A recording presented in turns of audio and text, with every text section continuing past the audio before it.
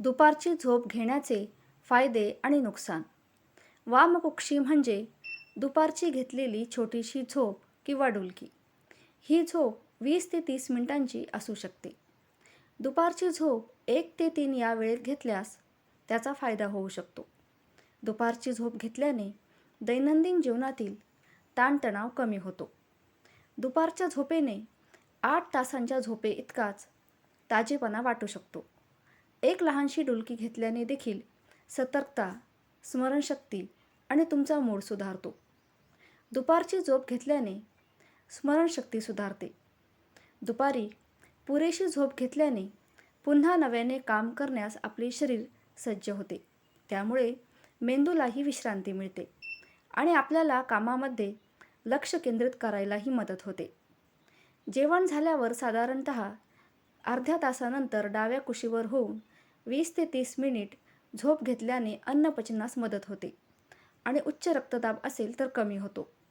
रात्रीची 6 ते 7 तास झोप आणि दुपारची 20 मिनिट झोप आपली शारीरिक आणि मानसिक आरोग्यासाठी फायदेशीर ठरते.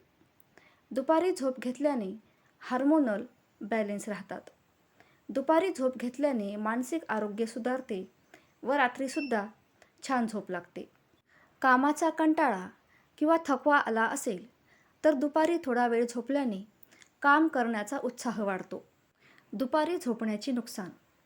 दुपारची झोप फायदेशीर असली तरी ती सर्वांसाठीच उपयुक्त असते असे नाही. ज्या व्यक्तींना डिप्रेशन, लठ्ठपणा यासारख्या समस्या आहेत अशा व्यक्तींनी दुपारची झोप घेणे टाळावे. तसेच दुपारी झोप घेणाऱ्या व्यक्तींनीही 30 मिनिटांपेक्षा जास्त झोप घेऊ नये असेही तज्ज्ञ सांगतात. कारण जास्त झोपेमुळे शरीरातील फॅट्सचे प्रमाण वाढते, वजन वाढू लागते आणि कफ दोषही वाढण्याची शक्यता असते.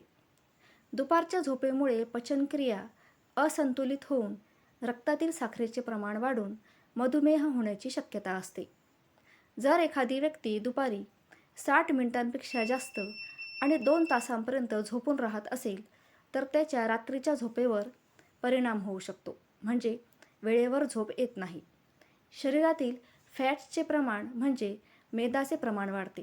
झोपेच्या अतिप्रमाणामुळे वजन वाढू लागतं आणि वजन वाढल्याने अनेक आजार बळावतात.